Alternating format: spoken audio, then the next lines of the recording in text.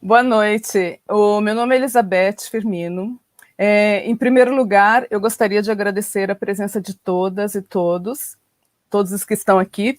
Como se diz no candomblé, boa noite para quem é de boa noite, boa tarde para quem é de boa tarde, bom dia para quem é de bom dia, saravá, colofé, para quem é de colofé, mojumbá, motumbá. Hoje é um dia muito importante para a tradição afro-brasileira, porque hoje é o dia de Iemanjá, é um dia que é celebrado, é um orixá muito importante do panteão das religiões de matriz africana, né? Eu, como sempre costumo dizer, nós não somos só uma religião, nós somos uma cultura, e que é uma cultura que tem muitos matizes, que tem muitos conhecimentos, e que também tem muito arraigo com a sociedade, porque pertence a etapas milenárias da nossa história, né?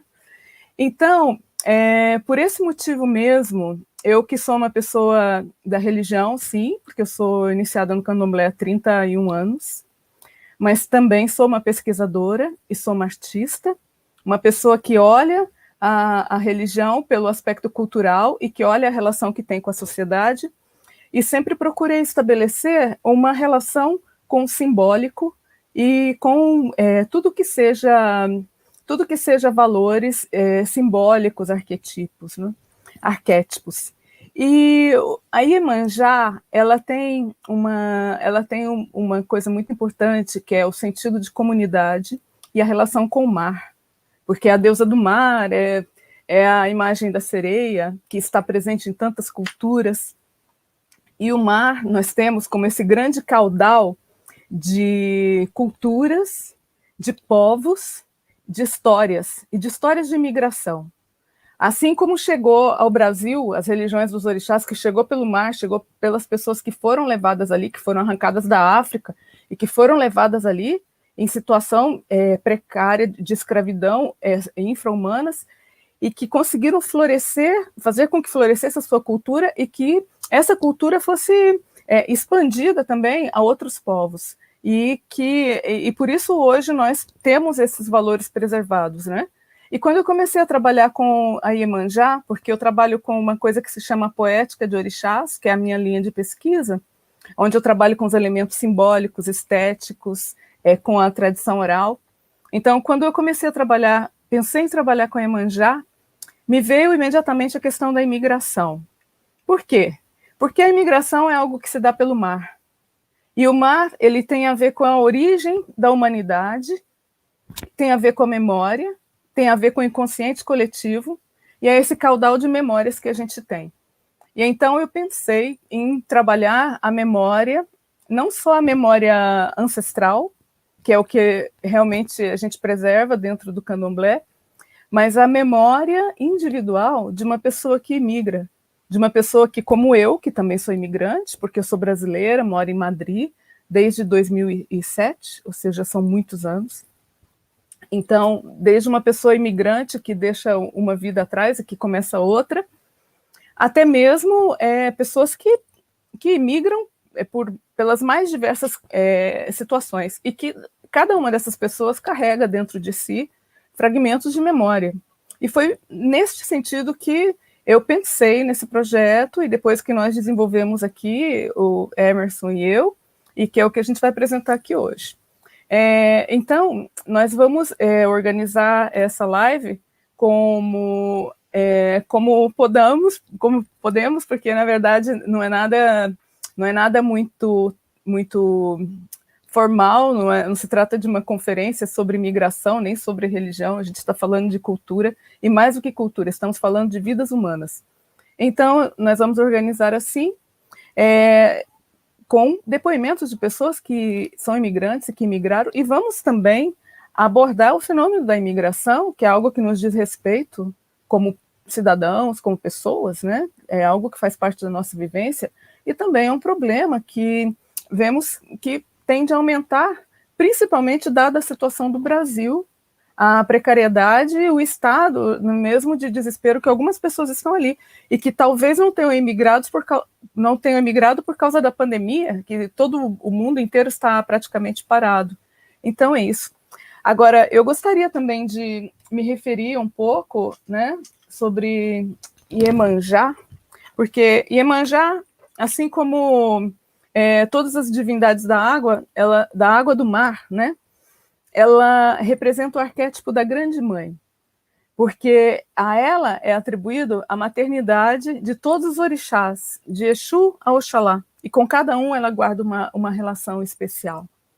E por esse motivo, ela também é o orixá que está ligado ao sentido de comunidade, ao sentido de grupo, ao sentido de pertencimento, ao sentido do afeto, que é justamente o que une, né, as pessoas. E, além de Iemanjá, existem outros orixás que estão dentro da mesma simbologia, que é a simbologia do mar. Existe um orixá muito importante também, que se chama Adjessaluga, tanto que nós costumamos saudar Odoiá, Saluba, Sabá e Agonã, Adjessaluga. Porque Adjessaluga é um orixá que se cultua pensando justamente nisso, em conchas do mar, em pedras, tudo que seja elemento do mar. E a Adje, ela tem um significado importante também para a questão da imigração, porque ela representa a riqueza, mas a riqueza no sentido mesmo da prosperidade, do bem-estar. E nós sabemos que este é o principal elemento que leva as pessoas à imigração, porque normalmente as pessoas vão em busca de condições melhores. E também devemos considerar que a riqueza, ela não é apenas material. A riqueza não, em nenhuma hipótese, é um elemento unicamente material. A riqueza também é cultural, a riqueza é espiritual, a riqueza tem diversas manifestações. E quando uma pessoa deixa um lugar de origem e vai em direção a um novo caminho, essa pessoa, de alguma maneira, se está enriquecendo. De alguma maneira, ela está buscando isso. E nós sabemos que a realidade que a gente vive, principalmente na União Europeia, eu que moro na Espanha, que é um país que está muito sujeito à imigração, porque está muito próximo da África e é considerado também uma porta de entrada, assim como a Itália. Nós temos fenômenos de imigração em massa e temos aqui o país como uma barreira para a entrada na União Europeia. Mas é lógico que não existe barreira para a necessidade humana. E as pessoas imigram, sim, em condições muito, muito desfavoráveis, algumas perdendo a vida no mar, como nós vemos na televisão, sim, isso acontece. Então, o Mediterrâneo, que é o que separa a África da Europa, ele se transformou num grande cemitério, porque ali são muitas vidas humanas, de homens, mulheres, crianças, bebês, pessoas de todas as idades. E para mim, né, como pessoa, como ser humano, o que é mais triste, e principalmente uma pessoa que é ligada à cultura afro, e que eu tenho o maior respeito, o maior amor, né, amor, não só porque eu tenho o meu avô era de descendência africana, e eu trago isso na minha ancestralidade. E por falar em ancestralidade, eu guardo uma coisa que o Carlinhos Brau disse uma vez, porque eu perguntei para ele, falando de ancestralidade e falando de alma, o que acontece com o povo miscigenado? Porque, na verdade, eu sou miscigenado. Aí ele disse, o povo miscigenado é um povo de muitas almas. Então, para mim, isso foi o que realmente me tocou, porque é um povo de muitas almas, nós temos muitas almas dentro de nós. E, logicamente, nós escolhemos aquela com a qual nós nos identificamos mais, que é aquela que queremos, de alguma maneira, vivenciar. E, para mim, isso foi um caminho que me levou ao candomblé. O Carlinhos Brau, eu tive esse encontro com ele no Encontro de Educação em São Paulo, em 2004, mas a minha iniciação eu fiz em 1990. Eu já sentia forte essa questão da ancestralidade. E eu senti, depois, eu tinha muitas dúvidas em relação a isso. E para mim foi isso que me esclareceu. Mas então, como eu disse, eu tenho esse vínculo muito forte com a ancestralidade africana, e realmente me entristece a ausência de condições de acolhimento para as pessoas que imigram da África. Depois de passar todos esses processos que eles passam, muitas vezes arriscando a vida, alguns perecem.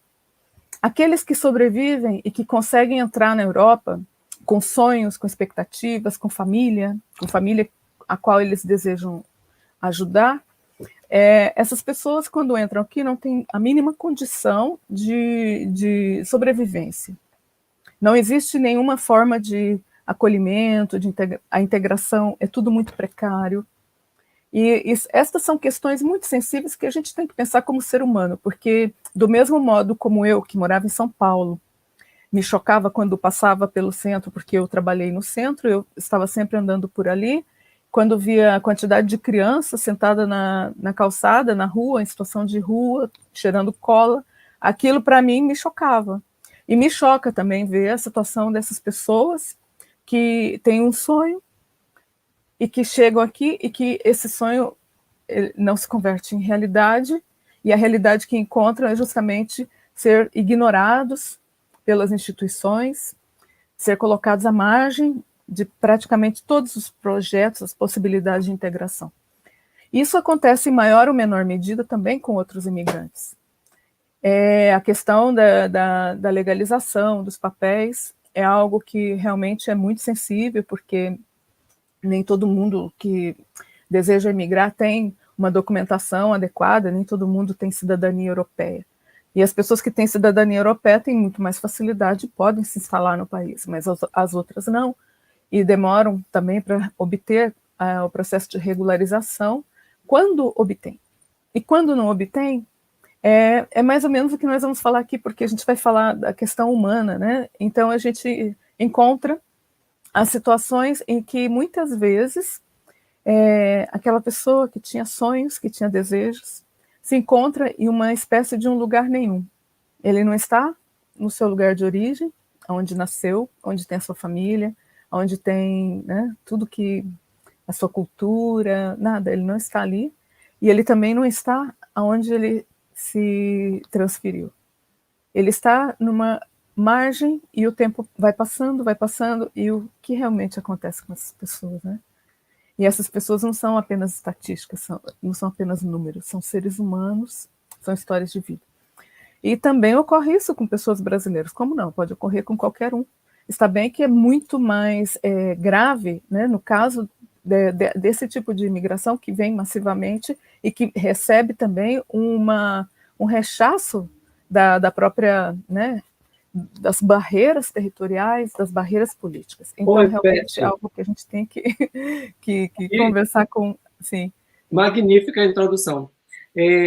Então, eu simplesmente gostaria de que a gente deixasse um pouco a discussão um pouco mais para depois com os nossos convidados, mas muito bem, muito obrigado pela introdução também. Gostaria de me apresentar, eu me chamo Emerson Vieira, a gente pensou juntos, eu e a Elizabeth, essa live hoje, né? E a gente vai estar trazendo essa discussão e tentando fazer um programa, como ela falou, que vai fluindo, né? Que a gente tem uma estrutura, logicamente, mas as coisas são dinâmicas, são vivas, então a gente vai levando, né? Então, eu gostaria, me parece que a gente tem uma música, mas também nós temos que apresentar os nossos convidados. Então, eu passo de novo para a Elizabeth para ela continuar a fazer essa apresentação. Obrigado. Obrigada, Emerson.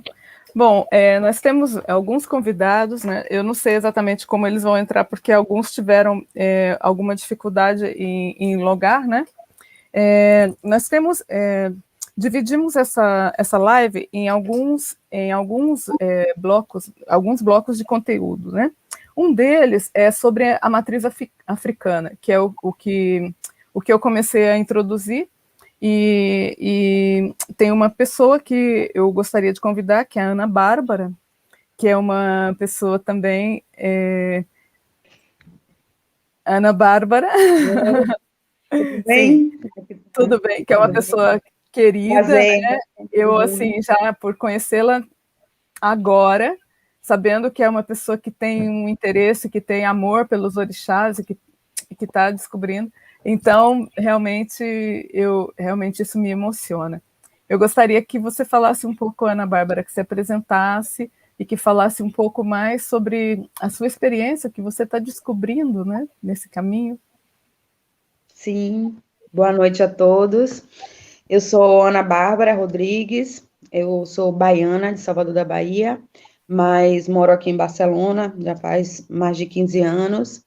E no Brasil eu sempre tive esse interesse, né, no candomblé, e sempre estava frequentando na Bahia, a gente frequenta os terreiros, a gente vai consultar no início do ano, jogar os búzios, a gente vai fazer limpezas, né, espirituais, e a gente acredita muito na força e no poder dos orixás.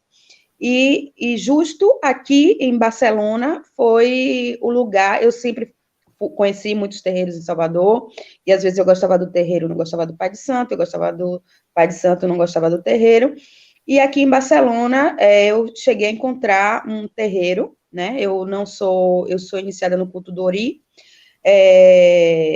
e sou a Bian, que é a basezinha de quem está nesse caminho espiritual, né? Quem está começando esse caminho espiritual é a basezinha. Claro que no início a gente tem um pouco de medo, né? Porque é como nascer de novo e nascer eu já sempre tive essa devoção a Yansan, né? Tanto que eu sou Bárbara. Isso daí vem desde pequena. Minha devoção a Yansan já é uma coisa que vem de família. E agora, nesse momento, nessa etapa da minha vida, eu consegui encontrar esse espaço em que eu posso me dedicar ao orixá e sentir o orixá e também, como comentou Beth, me emocionar com o orixá. E me sinto também responsável, né? De ser essa pessoa que leva também a causa, né? Que defende o candomblé, que não tem vergonha de falar que é de terreiro, de que usa sua roupa branca, que usa seu torso, que usa suas guias, e não ter vergonha de falar que é de terreiro, e que cultua orixá, e que cultua Exu, né, e que isso não tem nada de... Laroie. Isso daí não tem... Que isso daí é parte da nossa cultura, e Iemanjá é um prazer estar aqui, né, hoje falando de Iemanjá, porque Iemanjá, na Bahia, é uma festa que já é feriado até na Bahia, né? Na Bahia, dia 2 de fevereiro, era praticamente feriado, um feriado, hoje não, né, porque com todo esse tema da pandemia, já é um feriado em Salvador, as pessoas saem para jogar suas flores, depois de jogar as flores, tem o costume de ter as feijoadas nas casas privadas, ou nos hotéis, nos restaurantes, as pessoas vão comer a feijoada, não sei de onde vem essa tradição da feijoada depois da festa de Iemanjá, mas é uma coisa no Rio Vermelho, oi João, um beijo para você também, isso já é uma tradição na Bahia, a gente joga flores para Iemanjá, no Rio Vermelho, e depois é aquela festa que está todo mundo misturado, talvez Iemanjá seja o orixá mais popular, né, na Bahia, e conhecida assim, sem tanta, eu não sei, Beth, você que já tem mais tempo no candomblé, mas a experiência que eu tenho como baiana, como quem frequentou muito essas festas, eu morava perto, e minha mãe sempre fala até hoje, minha mãe fala, dia 2 de fevereiro, quando você não está aqui para descer e para a festa de Iemanjá, meu coração aperta. Porque coisa já era, de mãe, né? Coisa de mãe, era um costume, eu acordava e aí vamos todo mundo, e a gente descia para o Rio Vermelho para jogar flor, e é parte da gente, talvez Iemanjá, eu acho que todo mundo conhece, né, a Iemanjá, Sim. Esse aqui é um livro, esse é um livro de Bel Gouveia, que é uma fotógrafa, uma artista, ela pesquisa sobre Iemanjá, imagens, e talvez a festa do Rio Vermelho, a Iemanjá, a imagem de Iemanjá, ela seja o orixá atualmente que seja mais conhecido e mais cultuado e mais assimilado, né? Iemanjá, todo mundo... E além do mais, deixa eu te interromper uma coisa, é que a Iemanjá, ela também tem uma outra festa que é o dia 1º de janeiro, né? Que é o Dia da Paz Mundial, que é uma grande Sim. festa de Iemanjá, que acontece, isso não só na Bahia, mas acontece em todos os lugares, né? No mar Que a gente todo, solta né? a onda, a gente vai, joga flor no mar, de 31 para 1º, solta, Uhum. pula ondas, joga flores. Agora, esse negócio de jogar presente, já não jogamos mais, mas antes se jogava perfume, se jogava tudo, que mulher gostasse de beleza, se jogava pente, brinco, colar, se jogava tudo. Agora as pessoas já estão mais conscientes, como diz minha amiga Tati, é uma religião que é ecologista, ecodesign, que é uma religião muito relacionada com a natureza, e que bom que a nossa cultura também é uma religião que não tá morta, né? Tudo ao contrário, está bastante viva. O orixá vive na gente, e o orixá é contemporâneo, né? Que quando mãe Estela de Oxóssi falava, meu tempo é agora, eu também penso às vezes que eu que entrei no candomblé, sempre tive essa relação com o candomblé, porque minha avó era de candomblé, vivia do lado de um candomblé, tudo isso, mas eu falei, poxa, por que eu não comecei antes, né? E eu sempre lembro de mãe Estela falando, né? Meu tempo é agora, quando ela virou mãe de santo, e eu agora estou começando com meus 40 e tantos tacos a ser a Bian, e eu acho que o momento é o seu, né? Meu momento também é agora, né? O momento de eu experimentar e de tentar. Hoje mesmo, cedo, eu reuni uns amigos, a gente foi na praia jogar. Hoje foram poucas pessoas, mas normalmente é um grupo grande de mulheres, que a maioria é mulher, a gente vai jogar. E cada ano tem mais pessoas que a gente vai jogar flor para Iemanjá, no mesmo ponto. Esse ano a gente também foi, levou flores, bateu paô, bateu cabeça. Olha, eu vou te contar uma coisa, Bárbara. Você me contou essa coisa da festa de Iemanjá, né? Bom, o que você falou do medo, eu não cheguei a ter medo, porque quando uma vez eu era adolescente, eu vi na televisão o ritual de candomblé, imediatamente eu tive uma informação de que eu ia me iniciar, né? E aí, o dia que eu conheci o candomblé, eu fui como pesquisadora de um teatro, numa obra de teatro, eu tinha 21 anos, eu me encantei. Aí depois quis aprender, quis ficar, e fiz meu santo com 23 anos e meio. E eu tenho 54 anos. E eu tenho, né? E quando eu fiz essa iniciação, para mim foi um caminho que se abriu. Mas é um caminho que se abriu de uma maneira completamente inusitado, e que eu simplesmente tive que fluir com aquilo. E fluir, me adaptar. Eu tinha preocupação, como que eu vou adaptar a minha vida? E não existe um caminho igual. Você tem o seu caminho espiritual, isso já nasce dentro de você. Eu mesma, como eu te falo, né, eu tenho uma questão de ancestralidade, então eu tenho um orixá, que é da minha família, que é uma Oxum, e eu tive contatos com ela, assim, em sonhos, quando eu me iniciei, e me falou coisas muito importantes que depois fizeram sentido na minha vida, que continuam fazendo sentido. É uma coisa assim que você leva e você recebe uma missão, e essa missão, ela é só sua, né?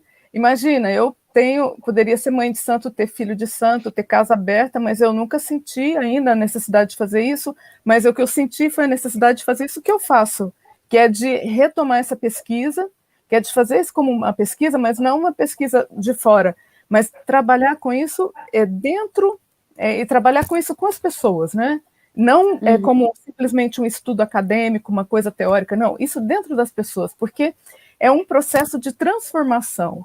Às vezes a gente conversa com uma pessoa, você sente essas energias fluindo, porque essa sensibilidade, ela existe, faz parte até mesmo do processo da química, que é a termodinâmica, a relação de forças, de energias entre os corpos, isso existe.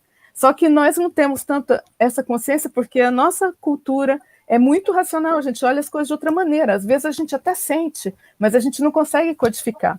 E um grande trabalho que eu tive foi sempre de conhecer muito para poder separar o elemento cultural do elemento ritual mais religioso, para poder trabalhar com as pessoas dentro desses elementos culturais, que é mesmo essas festas que a gente tem e tudo, que permitem muitas vivências de enorme riqueza e de grande transformação pessoal, dentro da própria pessoa mesmo, para se conhecer, para se aceitar, para se respeitar, para se sentir bem, né? E para se curar, muitas vezes, de muitas coisas que essas pessoas precisam, que a gente necessita, né?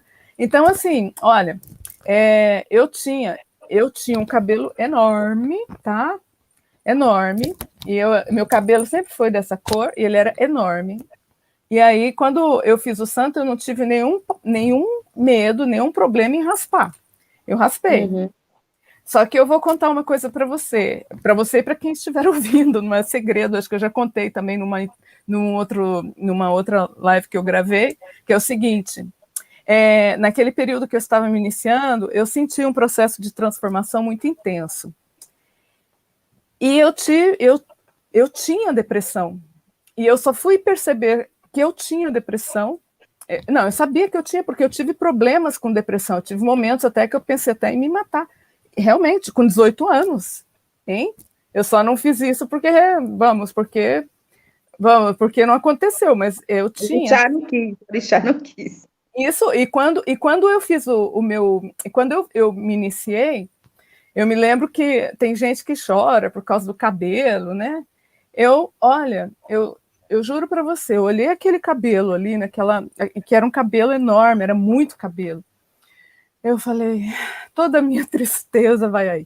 E eu me curei. E me curei de uma maneira que foi tão forte isso, porque mudou até a minha percepção visual. E depois de um tempo eu descobri que haviam estudos que relacionavam a depressão, por exemplo, a pessoa vê as cores mais cinzentas. Eu passei a ver as cores mais vivas. E consegui me curar. E não sei como, sinceramente, foi um processo tão interno e tão pessoal, e realmente eu me curei. E depois que eu me curei disso, aí que eu fui perceber, olhando a minha vida atrás, que eu não tinha noção disso, que era uma coisa que estava na minha vida desde a minha infância, talvez até desde quando eu nasci. E eu só fui perceber isso quando eu me vi livre disso. Então, não tenha medo. Tenha fé. Eu não tenho medo, porque eu sou ao contrário, eu sou uma pessoa que vive. Imagina a seu respeito. Eu vivo o presente, né? Eu vivo muito dentro do que é o momento presente. Inclusive, isso é um problema que eu tenho, que eu devia pensar lá a longo prazo, mas eu vivo muito o momento presente. Então, algumas pessoas que querem se iniciar no candomblé e que têm medo, é isso, viva o presente, vá sem pressa, tudo vai chegar no seu tempo, vá vivendo cada momento. Isso não só dentro do candomblé, mas isso em todos os âmbitos da nossa vida, né? Já sei que Emerson entrou para dizer, fala! Isso! Não, é porque nós temos aí nossos convidados esperando. Claro, né? E tem algumas pessoas que vão ter que sair antes. Então, na realidade, para a gente dar uma dinâmica aqui, a conversa que está super boa, mas a gente... Daqui a pouco a gente volta a se ver. Então, seria bastante interessante a gente apresentar algumas pessoas. Eu posso convidar, por exemplo, aqui a participar já para a gente ir passando para o próximo bloco, uma pessoa que é um amigo, né, que morou aqui na Bélgica, onde eu moro aqui agora, que é o Edmilson. Eu vou colocar ele aqui. Oi, Edmilson, tudo bem? Acho que você está sem som. Deixa eu comentar uma coisa, Emerson. É que eu não consigo visualizar quem está aqui logado ou não, então eu não sei. Bom, eu gostaria de comentar, né, que a gente pensou em fazer uma primeira introdução, que seria a parte mesmo humana, né, da questão da imigração. As pessoas que vão, as pessoas que voltam, que seria o caminho, que seria justamente esse caminho de encontros com o mar, que foi o nome que nós demos para esse bloco, que seria uma questão de reunir pessoas que migraram e a gente conversar um pouco sobre essa experiência. Nesse Encontros com o Mar, nós tínhamos o Edmilson e tínhamos também o Jorge. O Jorge está, não? Sim, o Jorge está. Eu acho que está praticamente todo mundo aqui. A Márcia não. Então, para a gente ser prático, eu vou dizer quem está. Sim. E aí você pode apresentar um pouco quem são as pessoas. Por exemplo, nós podemos começar com o Jorge Vox, que está aqui. Vou colocar ele. Oi, Jorge. Tá com o som sim. Então, aqui tem o Jorge. Eu acho que nesse bloco a gente está trabalhando mais a questão mesmo vivencial da imigração, né? Que é, em primeiro lugar, quem é você? Márcia! Muito bem, então tá aí a Márcia. Então, primeiro pensar essa pessoa, né? Quem é você? E depois, como foi esse processo de imigração para você? E também tem o caso das pessoas que retornam, porque a pessoa que retorna, ela tem uma experiência diferenciada, então a questão mesmo é saber sobre esse processo de transformação, sobre o local, como você retornou e tudo, né? Como você retornou, melhor, como você foi essa pessoa que retornou, como você se viu dentro desse novo contexto. Então, aqui nós tínhamos aqui umas perguntas que eram aqui, eu vou retomando aqui. Enquanto isso, eu gostaria de apresentar o Edmilson, que Sim, por favor. é um amigo aqui também, que veio aqui na Bélgica com a gente, ele é sociólogo, trabalhou também junto com a Abraço, que foi uma associação que eles fundaram aqui para trabalhar com imigrantes, e o Edmilson também é sociólogo e agora está em São Paulo, quer dizer, ele é esse imigrante retornado que você falou, e trabalha também com uma população lá no Brasil que é tida de alguma forma como estrangeira, né? Porque o estrangeiro é sempre o outro, é sempre aquele que não faz parte do nosso grupo ou do grupo maioritário, que é o coletivo das transexuais e das travestis. Então, eu não sei se o Edmilson está com o som bem, ele falando. Não está, Edmilson. Vai tentando então, aí. Vamos fazer uma coisa, vamos apresentar os três, e aí a gente entra no debate sobre isso, né? Que aqui eu recuperei as perguntas, eu tinha comentado aqui, por exemplo, para você o que é ser imigrante, que é uma pergunta comum para todos, né? Depois, para a pessoa que imigrou, onde está a sua âncora? Onde você se sente em casa? Porque também existe isso, né? E para a pessoa que imigrou e retornou, que mundo você encontrou e tudo, como foi o processo de transformação. E por fim, a gente, né? Isso. Então, nós podemos apresentar a Marcinha, por enquanto, também. Por exemplo, a Márcia Nunes é essa super companheira da FIBRA, né? Da Frente Internacional Brasileira contra o Golpe pela Democracia, e também é imigrante aqui, como quase todos. Bom, ela é imigrante porque ela mora na Holanda agora, e também vai dar aí contar um pouco dessa experiência. E o Jorge, eu deixo com você e a Bárbara. Tá bom. Bom, o Jorge Vox é uma pessoa, ele é um artista plástico, ele é uma pessoa que mora em Salvador, ele é baiano, e além de artista plástico, é uma pessoa que trabalha com cultura, trabalha com arte, ele é super multifacético, ele atualmente trabalha com vídeo, e é uma pessoa que eu conheço desde 2009, quando eu fiz o Caminho de Santiago, que nós nos conhecemos no Caminho de Santiago, e ali a gente fez uma amizade, nos encontramos em vários pontos, e depois eu visitei ele em Barcelona. E depois a gente mantém alguns contatos assim, mas eu retomei o contato com ele para essa live. Então eu vou deixar que ele fale também um pouco sobre ele, porque normalmente eu sei que ele vai ter muito mais que falar. E eu diria também que no candomblé ele é de Logum Edé. Por isso ele tem o que eu acho fantástico, né? Porque os orixás, eles mostram muito não sei, da personalidade, do modo da pessoa, né? Do arquétipo mesmo, né? E Logum Edé é um orixá muito guerreiro, buscador das coisas, né? Então, assim, eu deixo com você se apresentar. O que eu não falei, fique à vontade.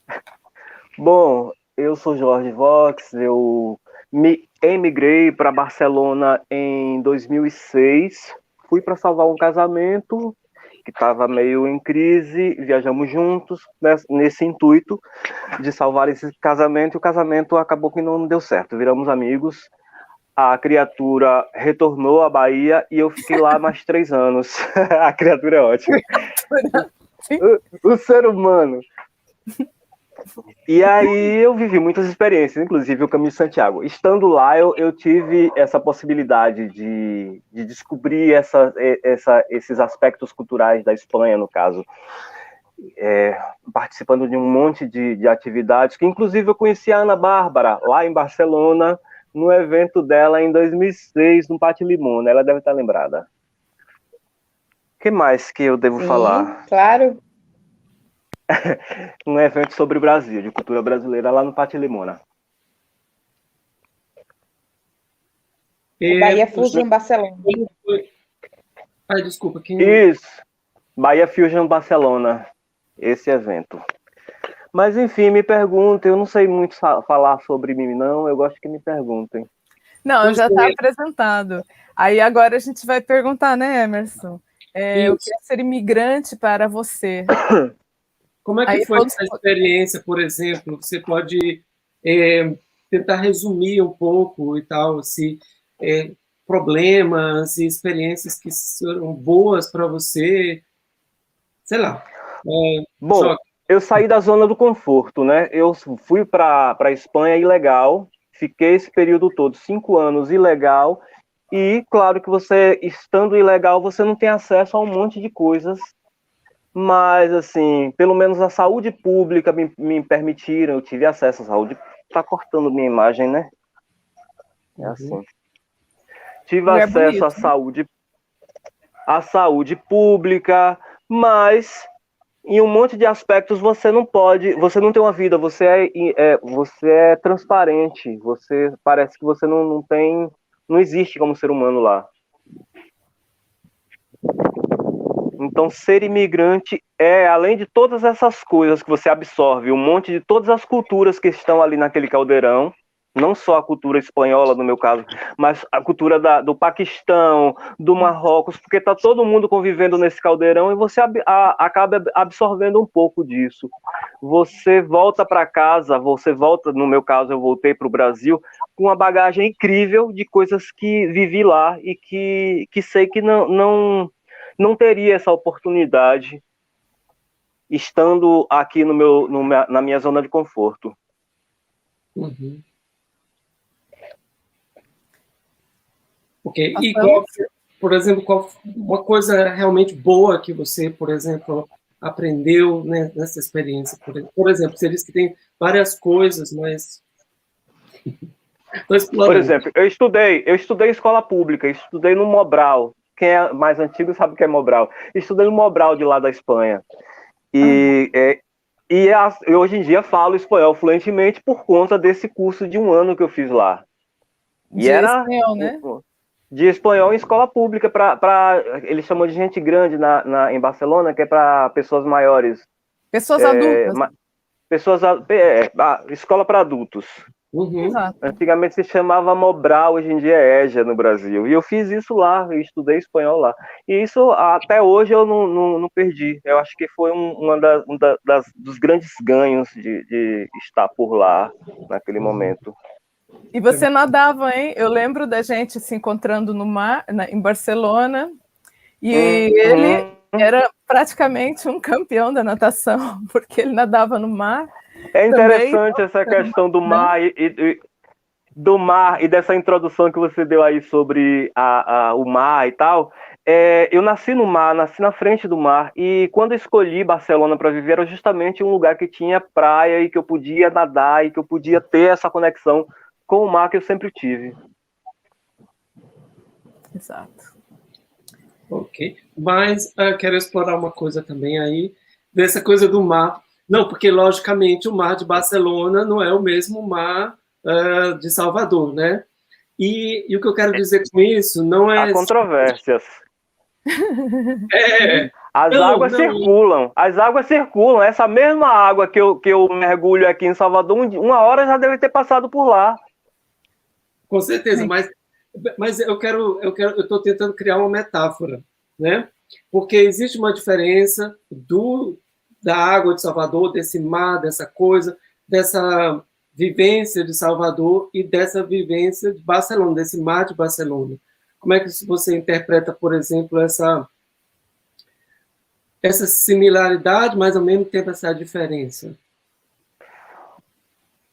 Vamos falar... não entendi direito não, a proposta, mas... Tá como que você vê... não entendi a metáfora, não.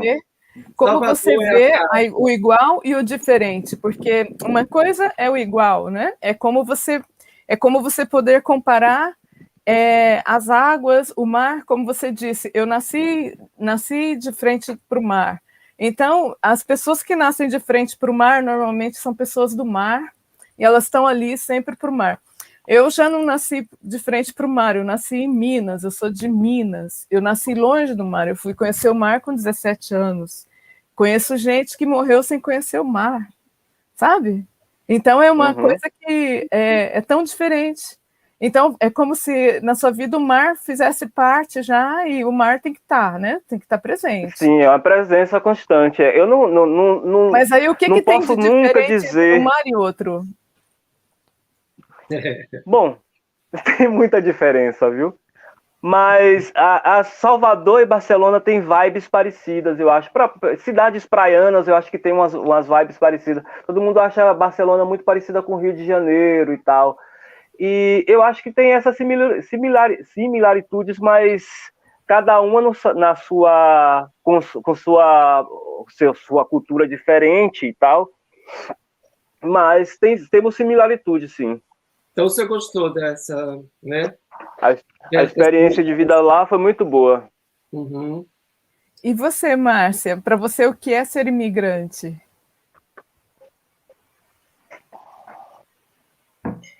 Para mim, o que é ser imigrante é estar num espaço que não é seu, mas ao mesmo tempo é seu, né? E assim, eu sempre quando eu estou no Brasil, na casa da minha mãe, ou então quando eu estou aqui, eu sempre falo da minha casa, a casa da minha mãe. E quando eu estou lá, eu falo que a minha casa é aqui. A minha mãe, ela não entende essa diferenciação, né? Ela acha que a minha casa vai ser sempre a casa dela. E aqui é isso que o Jorge falou mesmo, de você ser um pouco invisível, né? Estando em situação regular ou irregular, o imigrante, ele é um pouco invisível. Mas é complicado. Eu achei bem interessante. E de onde você veio e quanto tempo você está aqui? Como foi esse processo para você? Então, deixa eu me apresentar um pouquinho aqui. Por favor. Tá. Eu agradeço primeiramente Emerson e Beth pelo convite, né? O Emerson tinha falado comigo, eu disse, mas eu não sei muita coisa do Iemanjá, né? Daí, eu não sei muita coisa, e como a proposta era falar um pouquinho sobre mim mesmo, disse, então eu topo, assim, geralmente não falo muito sobre mim, mas esse convite eu aceito, porque fala de saudade, né? Fala de ser imigrante, e eu acho que a minha experiência, assim como todas as outras experiências, é importante ser compartilhada. E ninguém pode falar por mim, né? Eu não posso falar pelo Emerson. Então, se eu acho que todas as experiências precisam ser compartilhadas, inclusive a minha, eu tenho que assumir esse protagonismo que é meu, exclusivamente meu. Meu nome é Márcia Nunes, eu sou pernambucana, né? Eu estou aqui na Holanda há um pouco mais de 11 anos. Eu vim por amor, né, para cá, eu atravessei o oceano por amor, e fiquei aqui mesmo depois do amor ter acabado. Então, assim, o motivo de ter vindo para cá foi uma decisão muito complicada, né? Eu estou aqui há 11 anos, então meu pai já ainda era vivo, e eu sou uma pessoa muito família, então, assim, ir para um lugar que não é o seu, que não vai ter a sua família, teria que ser seria um passo muito grande, um passo muito importante na minha vida, e eu decidi realmente tomar essa decisão e vir para cá. E assim que eu cheguei aqui, a primeira coisa que eu fiz foi tentar. Eu lembro da minha viagem, né? Eu lembro de todo. Eu passei a viagem toda acordada, e aí eu vi o oceano como uma espécie de barreira, né? Assim, não barreira, espécie de fronteira. Então, a minha relação com o mar é ver o mar como uma travessia para o meu novo futuro e também para o meu passado, porque é assim que eu me sinto toda vez que eu volto para o Brasil. Né? Assim, eu faço questão de olhar da janelinha, eu faço questão de ficar na janela para ver o mar, mesmo na escuridão, para saber que eu estou ali em cima dele e que ela é aquela travessia que me liga à minha família, aos meus amigos no Brasil e à minha cultura. Então, a primeira coisa que eu fiz quando eu cheguei aqui, já que eu sabia que a minha família não estaria, de tentar me aproximar da comunidade brasileira. E aí eu ia para festas, e chegou um momento em que eu conheci uma pessoa que falou assim, ser estrangeiro, né, ser viver no estrangeiro, não é aquele mar de rosas que a gente pensa que é. Né? Chega um momento onde você vai estar sozinho, chega um momento onde você vai ficar deprimido ou deprimida, e aí o que vai lhe ajudar são os amigos que você constrói, né? A família que você escolhe no país onde você escolheu para viver. E foi a partir desse momento que eu passei não a selecionar as pessoas com quem eu convivia, mas me aproximar ainda mais das pessoas que viviam na mesma situação que eu. Eu conheço muitas holandesas, eu trabalho com muitos holandeses, mas os meus laços afetivos são com pessoas do Brasil, progressistas que estão na luta, né? São meus amigos, a minha família, que eu escolhi aqui, o meu coletivo, e as pessoas que participam dele, e as pessoas que também vivem em situação irregular ou regular aqui, que também vivem longe da família, e assim, esses são o meu ponto seguro aqui, né? E são eles que fazem a vida no estrangeiro um pouco mais humana, um pouco mais feliz. Uhum. Você falou uma coisa que eu até me identifiquei com você, que é a questão do mar, que o mar para você era uma travessia, né? Como eu te falei, eu nasci em Uberlândia, que é uma cidade que está no interior de Minas, mas eu também fui imigrante muito jovem, porque com 18 anos eu fui morar em Campinas, que está a 500 quilômetros, e depois eu fui morar em São Paulo, que está a 600 quilômetros, e que eu fazia uma viagem para minha casa. Em Uberlândia eu fazia de ônibus e tinha uma passagem pelo Rio Grande, que é o que divide Minas de São Paulo, né? E eu me lembro que era enorme e eu sempre passava ali de ônibus, eu gostava de viajar por terra para passar ali e para sentir aquela passagem por aquela água. Eu tinha a impressão de que cada vez que eu passava por aquela água, minha vida se transformava. E eu acho que eu sou mais né, eu sou do sertão, eu sou do cerrado. O mar, para mim, ele é uma novidade, mas eu sou muito dos rios, sabe? Eu tenho muito esse vínculo que as pessoas têm com o mar, eu tenho com os rios. E assim, eu acho muito bonita a experiência, assim, que você contou, né? E aí eu fico com aquela pergunta, e onde você se sente em casa? Onde que está a sua âncora? A minha âncora, Beth, ela tá aqui. Aqui eu vivo em casa, assim, eu costumo dizer que a Holanda é minha casa, né? Mas eu sei que eu não vou passar a vida toda aqui. E eu tenho projetos, né? Projetos de fundação, projetos ligados à cultura, ao frevo. E aí eu sei que uma hora eu vou voltar. E talvez seja isso que me deixa um pouco mais aliviada, que alivia a saudade, né? Que alivia essa ânsia de querer estar no Brasil o tempo todo, é que uma hora a minha âncora vai ser tirada daqui, da Holanda, e vai ser transferida, vai ser mudada para o Brasil. Mas quando eu estou no Brasil, eu sinto saudade daqui. Eu sinto saudade da minha casa, né? Da minha rotina. Quando eu estou na Holanda, eu sinto saudade de estar entre a família, de estar com a família, Eu me faço presente como eu posso, quando eu posso, mas eu me sinto nos dois mundos, assim. É muito interessante. Eu me sinto realmente a âncora que eu consigo agarrar, que eu consigo sentir, é a âncora que está na Holanda. Mas eu sei que tem uma âncora também ali no Brasil, né? Que é essa relação que eu tenho com a família, com a cultura, com o povo e com ser brasileira. Elizabeth, Beth, o seu som tá desconectado. Desculpa, o Edmilson. Edmilson, O para Edmilson você agora parece que está funcionando o microfone dele. está funcionando? Tá funcionando. Tá. Estão me ouvindo? Eu acho o som. Ele tá dando eco. O meu fone tá dando eco? É porque o seu som tá alto. A sala que eu tô até é fechada, por isso que talvez tenha dado eco. Então, Edmilson, fala um pouquinho de você.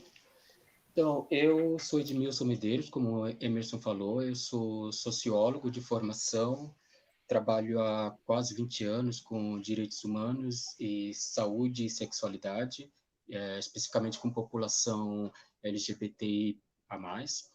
E, no momento, eu coordeno um programa de educação comunitária aqui na USP, na Faculdade de Medicina, de prevenção e vacina para o HIV. Eu sou um migrante mesmo antes de sair do Brasil, né? Na verdade, eu já nasci migrante por ter ascendência africana, né? Minha tataravó foi escravizada, ela era de Angola. Eu sou natural de Pernambuco, então minha primeira migração foi vir para São Paulo, né? E ter que enfrentar um outro mundo, ter que enfrentar todos os preconceitos que os nordestinos ainda hoje passam na cidade e no estado de São Paulo. E em 2011 eu migrei para a Bélgica.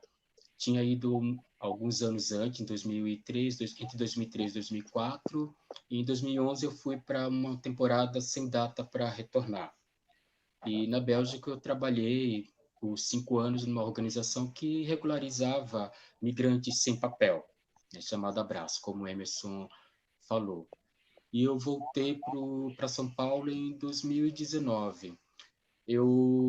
Como a Márcia falou, que migrou por amor, né, eu também tive essa segunda migração, essas duas segundas migrações, né, de ir para a Bélgica e voltar para o Brasil, também foi um pouco por afeto. Né? E eu estou aqui já desde 2019. E um amigo uma vez me falou o seguinte, pouco antes de eu voltar, ela falou assim, quem migra nunca retorna. Porque a pessoa que saiu não é a pessoa que volta, né? Porque a gente se transforma, a gente é uma outra pessoa, ou seja, eu não sou a mesma pessoa que saiu de São Paulo em 2011, então quando eu voltei, eu tinha outras experiências, eu tinha outras vivências, então eu voltei um outro Edmilson, né? Com um olhar para o mundo diferente, meu lugar no mundo é o mundo, né? Eu sempre digo que se não tivesse migração, não teria humanidade, né?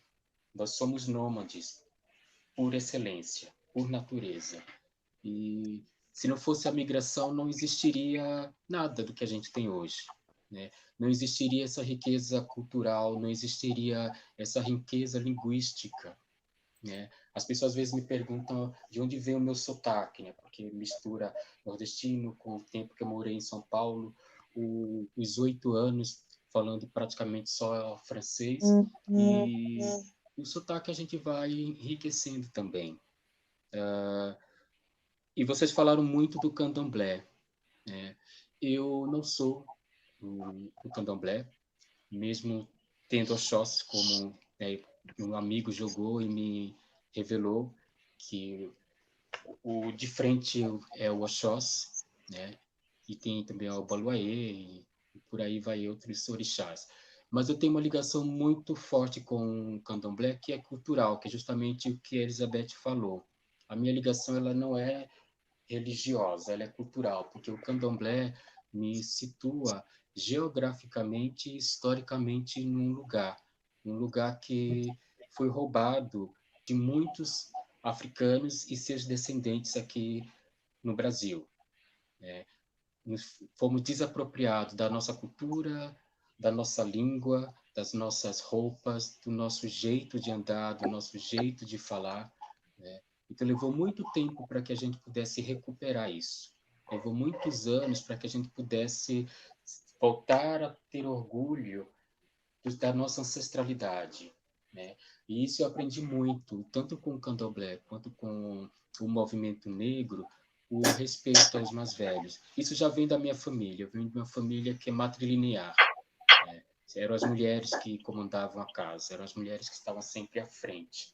E elas nos ensinavam também o respeito à ancestralidade, ou seja, respeitar os mais velhos, respeitar quem chegou antes, né? Eu acho que migrar é um fator que pode ser por dor, pode ser por amor, mas Axé, meu querido. Vai ser Eu sempre... estou tentando falar, mas está dando eco. Vocês estão ouvindo bem? Sim. Eu estou ouvindo com eco. Edmilson, eu acho que você deveria colocar os fones. Não, eu tô com esse fone. É a questão da sala, então. O que você falou, Edmilson, eu acho muito importante. Eu até gostaria de comentar. Beth, eu vou cortar um pouquinho o som deles, para que não dê eco. Você pode falar. Depois a gente libera para ele, tá bom? Uhum. Tudo bem? Posso falar? Sim. Então, Edmilson, o que você falou eu acho muito importante. Sabe por quê? Porque eu sou uma pessoa muito comprometida, né, com a religião.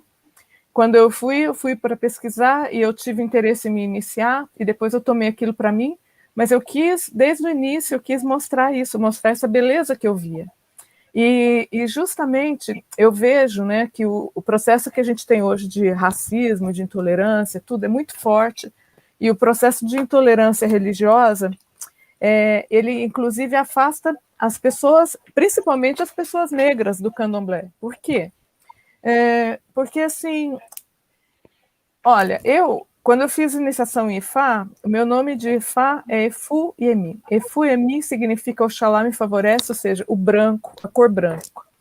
A minha Yansan é ligada ao culto dos ancestrais, então usa branco. Eu uso muito a cor branca. E também faz parte de alguns da minha espiritualidade. E os orixás brancos, orixá Funfun, é orixá velho. Como assim? É orixá da criação e é orixá também da morte, que são os que estão nos dois lados, né? Mas, para mim, né, o meu avô era negro e era uma pessoa muito querida. Eu fui criada por uma mãe que ela era descendente, ela não chegava a ser totalmente negra, mas uma pessoa que sempre amou muito a cultura negra, e ela ensinou isso para mim, né? E eu tinha, inclusive ela tinha predileção, ela preferia as pessoas negras, e eu aprendi a gostar também, e eu demorei muito a ter uma separação racial. Mas quando eu descobri o candomblé como primeira pessoa, e que eu descobri isso dentro de mim, eu me senti, não é que eu me senti, é que eu naturalmente assumi esse compromisso. Então, para mim, o fato de ser branca, para mim, sempre funcionou como uma espécie de um cavalo de Troia. Na verdade, eu tomei assim. É um cavalo de Troia, sim, porque E acontece isso, porque o racismo ele também existe com os símbolos da religião. Então, por exemplo, eu posso ir como branca e tudo, eu tenho livre acesso. Aí, quando vai lá e fala disso, já as pessoas se assustam e algumas vezes bloqueiam. Tanto que eu fui fazer o doutorado na Espanha, porque no Brasil não conseguia pesquisar isso. Não tinha espaço, né? Então, na verdade, eu assumi assim. Mas eu vejo que é como, por exemplo, uma fruta. Você tem uma fruta que tem uma casca e dentro da fruta tem um miolo. Eu vejo que hoje a gente está passando por um processo de racismo no Brasil que a gente já está na carne. A gente não está na pele mais. Então, por isso é uma coisa tão aguda. Só que os símbolos culturais, eles são essa casca. Eles são essa pele, eles são essa casca, eles são essa parte que cobre essa fruta, que protege. Então, quando a gente vai sendo despojado disso, então tudo fica mais exposto. E o que a gente vê hoje é uma carne exposta. Então, é como uma ferida exposta. Agora, claro, veja bem, eu sofri intolerância, racismo, quando eu comecei a falar do candomblé, que eu fui estudar o candomblé. Agora, eu imagino que uma pessoa que é negra, essa pessoa não tem nem oportunidade de se aproximar livremente, né? Ela já é, hoje em dia, por exemplo, nas favelas está acontecendo isso, tem milicianos ali que estão proibindo as pessoas de usar branco. Então, é tão sistêmico o negócio que a pessoa é obrigada, desde o início, a abdicar disso. Ela tem que, muitas vezes, entrar numa religião evangélica, porque é a única forma dela ser respeitada, dela poder sobreviver. E aí ela é obrigada a amputar a toda essa ancestralidade que ela tem, tudo isso que, às vezes, a gente não tem consciência, que está dentro da gente, que começa a aflorar, a gente não sabe como lidar com isso. Ela é obrigada a simplesmente negar isso. Então, realmente, por isso eu faço questão de trabalhar com os elementos da cultura. Por quê? E desse jeito mesmo, sabe? Eu entrei na academia, eu estudei, eu fui pesquisar, eu publico, eu vou para congresso, eu não tenho medo de escrever, eu faço isso sim. E pronto, acabou. Eu acho que isso é uma forma... A minha intenção com isso é como abrir algum espaço para que as pessoas também comecem a fazer o mesmo e para que comecem a abrir espaços mesmo e que esse espaço aberto seja um espaço de proteção. Beth, a Márcia parece que vai ter que se ausentar, né? Então, acho que... Márcia, quando você quiser, ok? Tá. Eu só queria agradecer a oportunidade. Ana Bárbara, foi um prazer te conhecer, foi um prazer Márcia, estar aqui. antes de você sair, tem uma pergunta para você. Como você vê hoje o seu lugar de origem? Não entendi, Beth. Como você vê hoje o seu lugar, de onde você saiu, de onde você nasceu? Eu vejo com muita saudade, assim. Eu sinto muita saudade do lugar, mas o fato de não estar lá não me dá, não interfere em nada como eu sinto, assim. É o lugar de onde eu vim e eu pertenço àquela cultura, eu pertenço... É como eu diria, assim, eu saí do Brasil, mas o Brasil não sai de mim. Então, eu estou fora, né? Eu estou longe, mas eu estou perto. Então, é essa sensação que eu tenho, assim, que a distância, ela é somente um detalhe. Isso não muda a minha essência, não, e nem a forma como eu vejo o lugar onde eu estou, né? Sim. Tá bom. Pois, Márcia, nós agradecemos a sua Obrigada, Márcia, pela sua presença. Obrigada também. Um beijão para todos e boa noite. Tá bom. Boa noite. Prazer, Márcia. Tchau, prazer foi meu. Obrigada. Então, Beth, eu achei bem interessante essa fala também do Edmilson, né, porque ela mostra também essa questão de você ser imigrante no seu próprio país, né? Porque muitas vezes nós que imigramos, nós já vimos de um processo de imigração anterior ao... Deixa eu só tirar aqui. Anterior a essa imigração física que a gente viveu, né? Justamente por esses fenômenos de discriminação, de racismo, de homofobia, de perseguição por intolerância religiosa também, que a gente tem que realmente falar nisso. Nós estamos vivendo esse processo, como você falou, as pessoas não podem nem usar o branco, e hoje eu também decidi usar branco aqui, eu também, que, como Edmilson, eu não sou da religião, mas eu decidi usar o branco, não porque o branco seja superior ou qualquer coisa, mas porque representa também essa religião, representa também essa ancestralidade, e eu acho que realmente, nós temos que fazer realmente uma identidade de resistência aqui, né? A nossa, você está sem som, a nossa identidade tem que ser de resistência, e além do mais tem que ser uma identidade de projeto, né?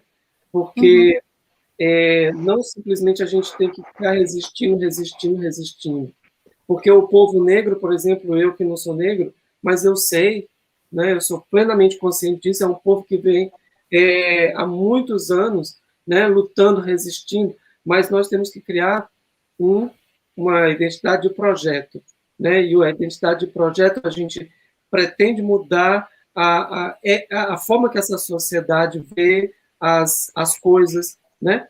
Se não é uma questão de impor uma forma de ver, mas é uma forma de dizer, olha, essa realidade existe, é por isso que nós estamos aqui, entende? Quando a gente está aqui, a gente está dizendo, essa realidade existe, essas pessoas existem, elas não são invisíveis, como o Jorge falou que se sentia lá em Barcelona, né?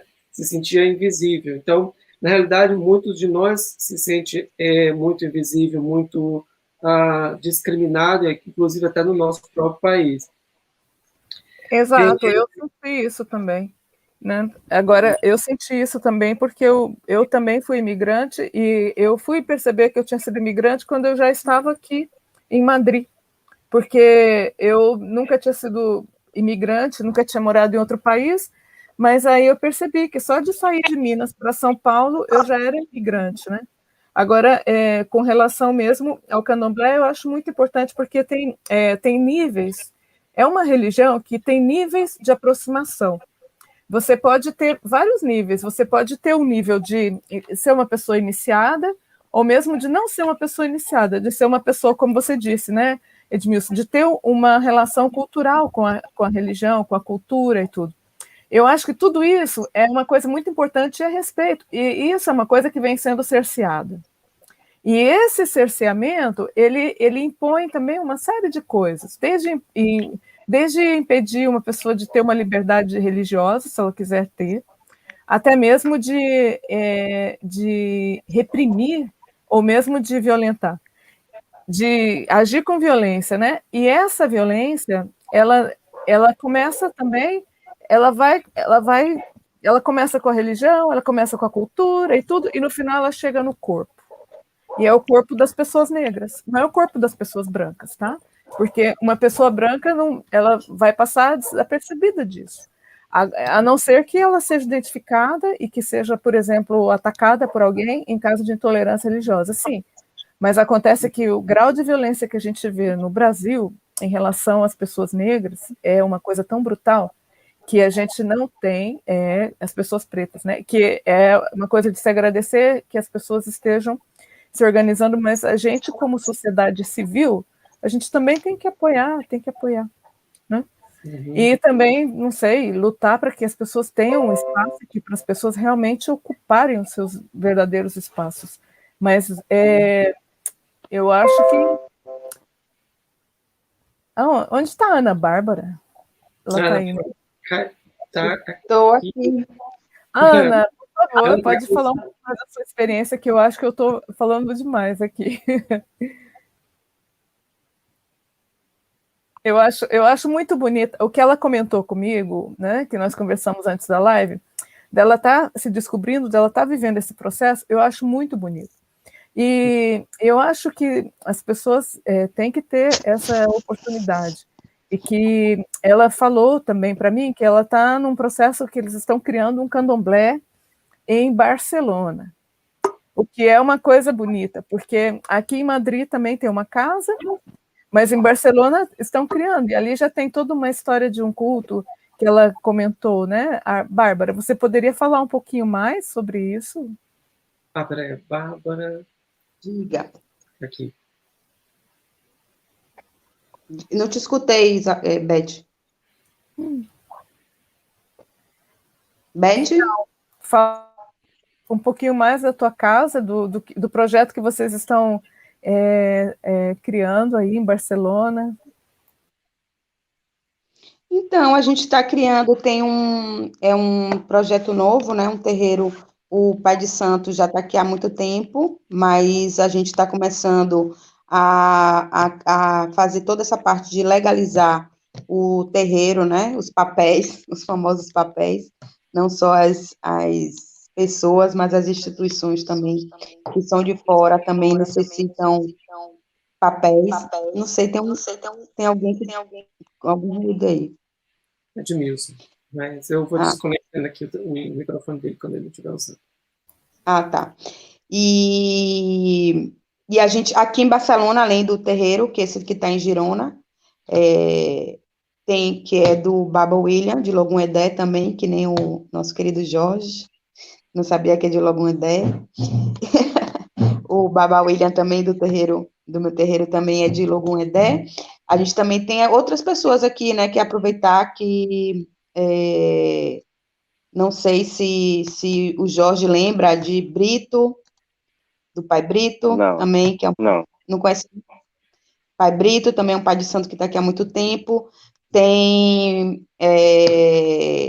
uma mãe de santo também, que é na Cauane, que ela é mais nova, também é mãe de santo. Eles não estão com terreiro. O Pai Brito era lá, tinha um terreiro em Maiorca, e depois mudou para Barcelona, e agora tem um pessoal novo aqui também em Barcelona, que está abrindo também esse processo dos papéis de um terreiro de Umbanda também, que é um movimento, acho que é um movimento interessante, né, das religiões de matriz africana brasileira, e que a gente está nesse processo de tá construindo tudo isso, né, para os brasileiros que estão aqui. Tinha duas Muito perguntas. bem. Pode perguntar. Ana Bárbara, como é que é esse processo? Porque, tudo bem, para vocês, a maioria deve ser brasileiro, né? Acho que deve ter alguma pessoa lá de Barcelona, mas em geral, como é que é visto, por exemplo, o candomblé ou as religiões de matriz africanas, brasileiras também, né? Porque ainda tem essa vertente também que é brasileira. Como é que é visto? Depois da resposta dela, eu queria fazer uma para o Jorge. Aqui em Barcelona, assim, tipo, é uma religião, tipo, de negro, de pobre, né? No Brasil, a gente já sabe que é tida como uma religião de preto, de pobre, uma religião atrasada, né? Todos esses estereótipos que tem. E que aqui em Barcelona, mas também tem um outro lado, que agora muitas pessoas, inclusive pessoas famosas, no caso de Anitta, né, que também assumiu que também é do povo de santo, Não sabia que também Anitta, Anitta assumiu que ela vai num terreiro, que ela tem uma de santo, que ela é iniciada, inclusive, ela tem um cargo de EQUED, né? Então, essas coisas também ajudam a popularizar a religião, mas continua sendo, quando você fala, mas candomblé, mas você, né? Mas já pensa que tem uma relação com o diabo, que é uma coisa atrasada, né? Que tem todos esses preconceitos. O quê? Isso na Espanha também? Sim, isso aqui na Espanha também. As pessoas, quando não conhecem, aí você fala, não, é uma religião de matriz africana, como a santeria, né? Porque aqui as pessoas conhecem muito a santeria cubana. A santeria, então, já abrem aquele olho, já tem um pouco de medo, né? Mas e nosso trabalho é esse. O trabalho, acho que não só o trabalho do terreiro, mas o trabalho de todas as pessoas que são, né, do axé, tá desmistificando isso, né? Por isso que esses momentos hoje de jogar flores é um momento importante, né? Porque é uma oferenda que qualquer pessoa pode participar. Então, você aproxima as pessoas da religião, você explica a história do orixá, você traz para perto, você um primeiro contato, né? E as pessoas se conhecem, te conhecem, né? Sabem como te perdem um pouco do medo, né? Isso. E tinha uma pergunta para o Jorge. Jorge, por exemplo, não, porque é o seguinte, você foi para a Espanha também, para Barcelona, e aí você voltou para o Brasil. Como as pessoas te viram quando você voltou? Me viram como uma pessoa metida besta. E, bom, meus contatos todos do Brasil, meus contatos de trabalho principalmente, durante 5 anos que eu fiquei ausente, praticamente meu nome não foi falado, então quem não é visto não é desejado, né? Então, eu tive que começar totalmente do zero minhas relações de trabalho, minhas relações pessoais, inclusive. É porque muda totalmente. Você não claro que você parece que seu currículo melhora um bocado, mas em compensação seu nome fica oculto durante esse tempo. Se você não cultiva a sua imagem aqui, você não tem. Uhum. Mas teve aquela coisa, porque eu e a Beth, a gente discutiu aí antes, que tinha aquela coisa de que toda vida que a gente cruza esse mar, a gente fica rico, né? Então as pessoas te viram assim, voltou riquíssimo. Sim, claro. Todo mundo tem essa sensação de que quem vive fora volta cheio da grana para gastar. E não é bem essa a realidade. Eu voltei para o Brasil por conta da crise econômica que teve lá na Europa em 2008 e tal. Eu tive que voltar por conta disso, pressionado por isso. Porque se não fosse, eu estaria até hoje, por lá. Uhum. E para ti, por exemplo, porque se às vezes a situação na Europa não é tão bela como as pessoas imaginam, por que valeria a pena estar por aqui, ainda que não seja cheio de dinheiro? Cada um viaja com seus propósitos pessoais. Eu não viajei com o propósito de ganhar dinheiro, de fazer fortuna. Não foi esse o meu propósito. Eu viajei, como eu falei no começo, para salvar um casamento. O casamento foi para as cucuias, mas, enfim, ganhei ganhei o mundo em troca. Exatamente. Então, acho que essa também é uma reflexão, né, que a gente, às vezes, pode fazer, que nós que estamos fora, a gente nem sempre está cheio de dinheiro, mas que a gente tem coisas, como a Beth também falou, a riqueza não é só o dinheiro, né? A riqueza também é o conhecimento, é a cultura, é a experiência. Então, isso também é muito interessante. Tem a questão do bem-estar também, né? De você usufruir de um país com uma boa infraestrutura, país de primeiro mundo com boa infraestrutura, isso pesa também, claro, esse bem-estar. Exatamente. Emerson, deixa eu te perguntar uma coisa. Como eu não sei quem está aqui, quem está logado, eu sei que tinha algumas pessoas que tiveram problema para logar, né? E eu acabei ficando sem saber quem são as pessoas que estão, só para poder organizar, para a gente poder dar um prosseguimento. Somos nós que estamos aqui, tem mais alguma pessoa esperando? Não, somos todos na tela. Tudo bem, então tá bom. Então, perdão, vou... Pode continuar. Então tá, em seguida eu falo. Não, acho que é isso mesmo que a gente falou. Eu fiz essa pergunta, são perguntas mesmo para provocar, para a gente ver certas realidades, né? Por exemplo, a que eu falei para o Jorge, ou que eu perguntei para a Bárbara, porque justamente como a gente é visto, né, por as outras pessoas também, porque a gente quer projetar também uma imagem nossa, uma identidade, mas a identidade, ela não é só aquilo que a gente projeta, né? Aquilo que os outros também leem.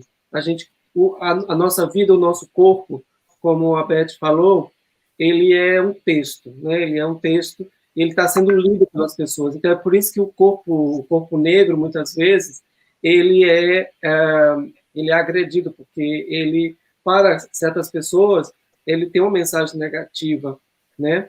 E justamente, eu acho que a gente tem que mostrar todo o tempo de que não é assim, que existe outra realidade, né?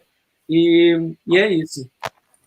Então, eu, em relação a isso, né, eu gostaria de dizer que a gente tem que mostrar a beleza, porque eu, quando eu vi a cultura negra e o candomblé, eu vi beleza. E não só beleza, né? Como eu te falo, eu vim de uma mãe que tinha muito amor pela raça negra, porque o avô que eu tinha era negro, e ela tinha uma afinidade muito grande com ele. Ela sempre teve uma afinidade muito grande com esse pai, então ela transmitiu para a gente, né, para mim, que sou filha mais velha, esse amor que ela tinha. Ela falava, eu gosto muito. E eu aprendi a gostar, né? Eu aprendi a sentir essa afetividade, né? Muito grande com esse pai. Agora com o Jorge. Então, eu senti isso. E aí eu acho que a riqueza da comunidade, a maneira como... E tudo isso são valores que foram transmitidos para a gente, porque o Brasil não é uma democracia racial, isso é uma mentira. O Brasil é um país onde o racismo é muito violento, onde o desrespeito à cultura, às populações negras é muito violento, mas é um Brasil... é um país muito mal agradecido, eu vou dizer a verdade. Por quê?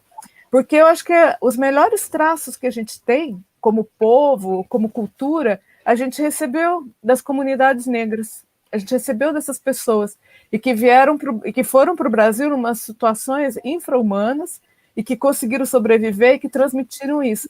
E esse acolhimento, essa coisa de você sentir a proximidade com as pessoas, isso é muito próprio das comunidades mesmo negras. E a gente recebeu isso, como recebeu tantas outras coisas, né? E claro que faltou, assim, um agradecimento, e falta ainda. E que esse agradecimento, ele tem que passar, em primeiro lugar, para você não desvalorizar o que o outro, né? O que esse legado. Eu acho que quando a gente ama, quando a gente respeita, quando a gente valoriza, é diferente, é igual, não importa, você está valorizando. Quando você valoriza os valores daquele povo, daquela pessoa, você está dando a ele uma condição de igualdade, que é coisa que falta. Eu acho que eu acho que tudo que a gente tem de desrespeito e de exploração e de violência que a gente tem relacionado com o racismo no Brasil é justamente por isso, é por você querer não admitir que aquela cultura tem valor, que aquele povo tem valor, e querer depreciar. Então, eu valorizo muito o trabalho cultural e também desmistificar isso, porque se for pensar no candomblé, existem muitos signos, existem muitas informações que a gente tem que passar mesmo, porque a cultura que a gente vive hegemônica, a cultura eurocêntrica, é uma cultura judaico-cristã e que sim demoniza as religiões que antes que não eram judaico-cristãs. E além do mais, nós somos uma forma matricial de culto. Então, nós não temos a figura da mulher mesmo, ela é central, E aí a gente vê que a figura da mulher, a figura da mãe, é uma figura central. Então, né, são coisas que realmente são espaços que a gente tem que lutar para transformar e para a gente ter uma sociedade melhor, porque a partir do momento que a gente consegue mesmo criar esse espaço de respeito, de liberdade, de incorporar, porque eu sinto que essa incorporação nunca aconteceu, né? Tanto que a gente vê que a pobreza e todo o desfavor da sociedade está concentrado em uma camada da população, a camada da população negra. Então a gente não incorporou nada, a gente vive uma realidade que não é muito longe da realidade que a gente deveria para a gente conseguir evoluir como uma sociedade mais diversa, uma sociedade inclusiva, uma sociedade que realmente pudesse absorver os valores, né, das pessoas. Eu acho que a gente ainda tem que descolonizar muita coisa, né? Descolonizar e... Muitas estátuas têm que cair ainda, né? As estátuas que eu digo são as estátuas físicas e esses grandes pesos que estão aí sobre a nossa cultura, que ainda estão, né, impedindo do povo ter a sua própria cultura, a sua própria identidade, e resgatar também suas origens, né? Então, eu acho super interessante. Beth, eu gostaria de que a gente fosse... Caminhar para finalizar, né? Exatamente. Uhum. Agradecendo aos que participaram. Sim, né, vamos fazer as nossas considerações finais, né? E aí a gente já conclui, né? Exatamente. Então, agradecer a Márcia, o Edmilson, que caiu de novo, e quem mais que já teve? Ana Bárbara, o Jorge. E o Jorge, e dar a palavra aí para para essas considerações. Vamos lá, quem quer começar? O gato do Jorge. O gato... Não, primeiro, agradecer a vocês a oportunidade, foi um prazer conhecê-los. Beth, também foi um prazer, a conversa aqui e a conversa anterior que a gente teve.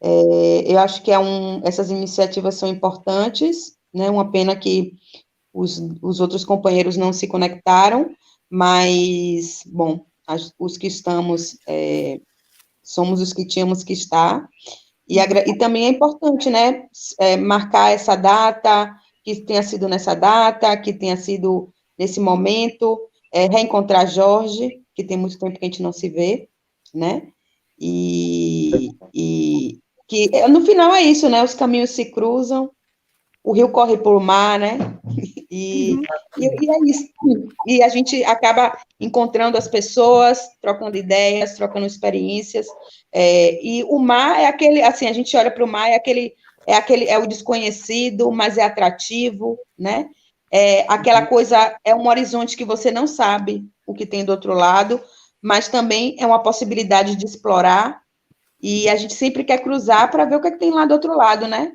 A gente tem esse desejo, e sabendo que a gente tem o lugar onde voltar, né? É a vida. Eu sempre falo que eu tenho uma segunda pátria agora, que é um segundo amor no meu coração, que é a Espanha, mas eu sei que eu sempre vou ter meus abraços, né? No Brasil, eu vou sempre ter, eu necessito, às vezes, correr e fugir para o Brasil, né? Porque lá eu fico tranquilinha, tem minha família, o mundo parece que roda em outra velocidade, e aí a gente tem essa possibilidade, né? Na verdade, imigrar também tem essa possibilidade, que é de você ter agora 2 lares. Onde é que está essa âncora, né? Onde é que está essa âncora? A âncora está onde a gente botar, né? A âncora nossa está onde a gente botar. É que nem um barco, você sobe a âncora, mete no barco, ganha mundo, chegou em outro lugar, pum, mete a âncora. Não deu certo, mete pé, mete vento e para frente, né? Essa é uma facilidade, e o mar é esse caminho, né, que possibilita isso também, né? De você poder navegar entre essas águas, no nosso caso, entre essas culturas, e encontrando amigos, desencontrando, voltando a encontrar em outros momentos das nossas vidas, e a gente vai estar sempre agora lá e cá, né? Não tem mais. Você é de onde agora? A gente é do Brasil e da Espanha, né? A gente tem essa possibilidade, esse mar, e essa possibilidade de navegar, né? E de se encontrar, e que sempre sejam bons ventos, né? E quando o vento não estiver bom, a gente vai no motor. E quando o vento não estiver bom, a gente vai no motorzinho. E quando o vento estiver, a gente sobe as 2 velas e joga duro, né? Então, a imigração é isso, né? Essa possibilidade de você se descobrir, se reinventar, né? Talvez no Brasil, eu com certeza teria me descoberto também do candomblé, mas aqui na Espanha eu pude fazer um evento que é o Dia do Brasil, pude fazer o Bahia Fuso, realizo um evento que é o Dia do Brasil em Barcelona, né? Que já é o Dia do Brasil da Espanha. Tive a possibilidade de fazer outros eventos culturais pequenos que o Jorge teve presente. E essa coragem, né? E essa coragem de quem atravessou esse mar e quem acredita nos bons ventos, e que os bons ventos a gente também proporciona o momento. A gente também tem que buscar essas oportunidades, né? Às vezes a gente está no nosso país e talvez se eu estivesse lá nunca tivesse feito um evento tão grande, fosse tão ousada, né? E aqui eu tive essa possibilidade de conhecer outras pessoas também que queriam, né?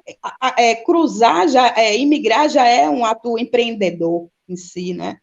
Você já é um ato empreendedor. Então, somos grandes empreendedores, e onde a gente estiver, vai sempre ter bons ventos.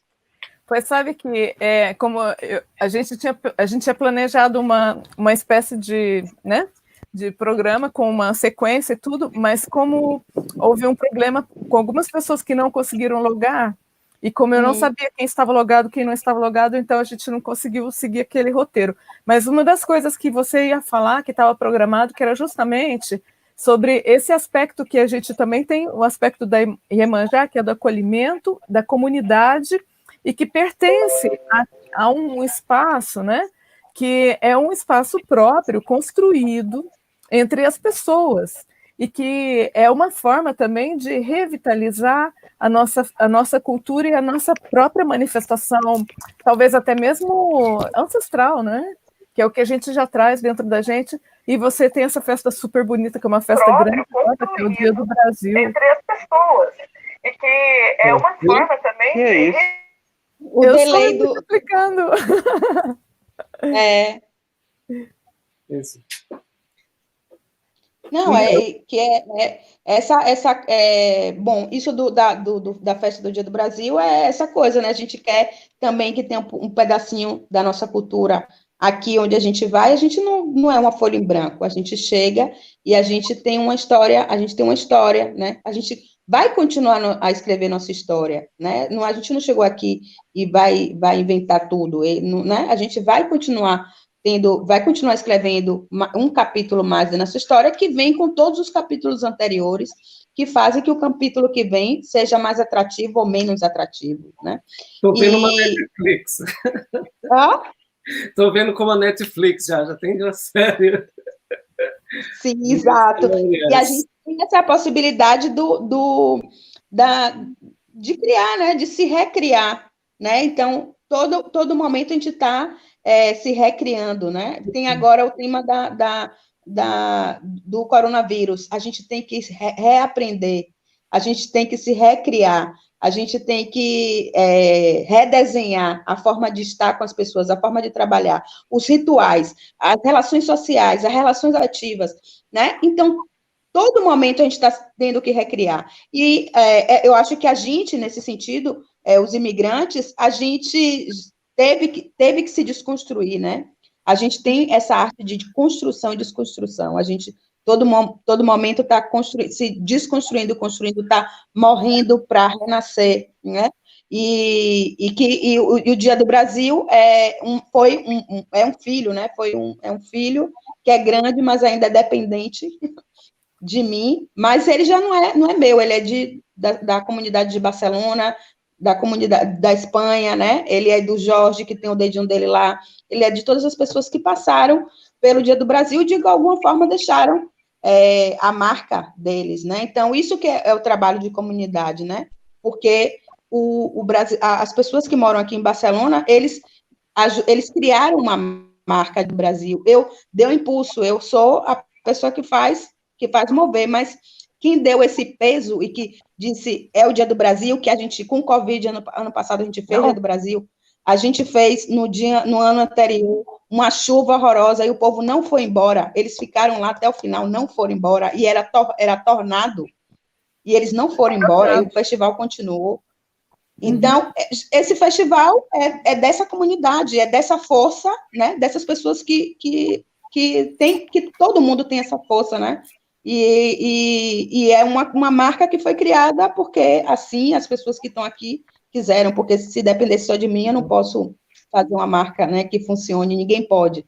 Tem que ter um público ao outro lado que responda. Eu acho muito importante. Você acabou criando também uma forma de reunião dessas pessoas, né? Criando esse vínculo, né, comunitário, né?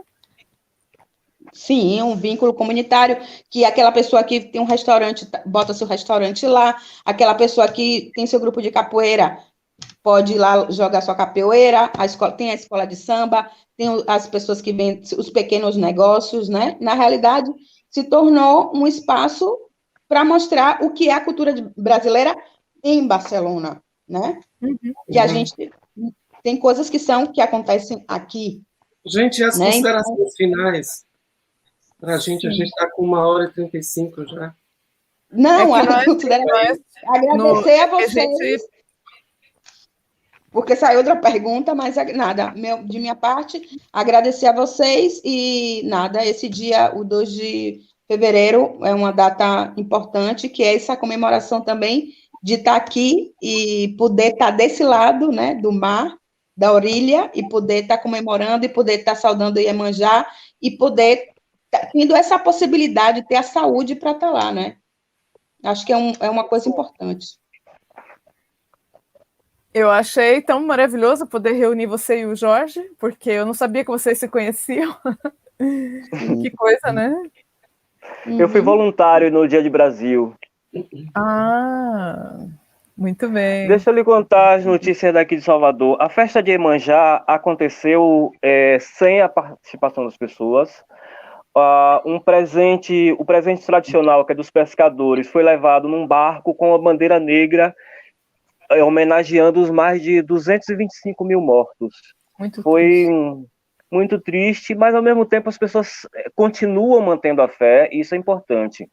Muita gente ainda levava os presentes. As praias foram bloqueadas, toda a região do Rio Vermelho foi bloqueada, então não houve comemoração.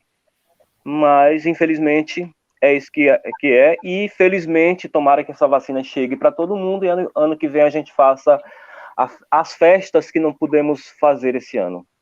Pois é. Com certeza.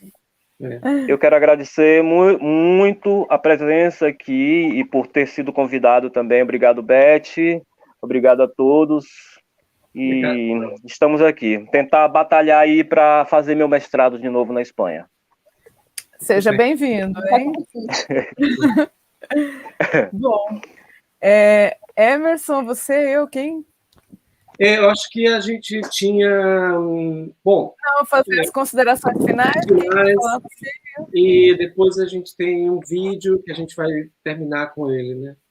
Exatamente, tem o vídeo. Então, eu vou fazer a minha consideração, você faz a sua, ou você faz primeiro? Eu faço primeiro. Desculpa. Então, gente, queria agradecer realmente a todo mundo que esteve aqui, que doou o seu tempo, que falou de você, porque às vezes, por exemplo, como a Márcia disse, às vezes falar da gente é um pouco difícil, né? Então, as pessoas se abrem publicamente, mas falam da sua experiência, então isso é muito interessante, muito enriquecedor, principalmente para aquelas pessoas que não viveram a mesma experiência que a gente, e realmente agradecer a todo mundo, agradecer a Beth. Eu acho que a gente está fazendo o que tem que fazer, no dia certo, na hora certa, e é isso. Com as pessoas certas. Ok? Então, me desculpe também por alguma coisa, mas realmente é isso, e vamos lá, passa a palavra.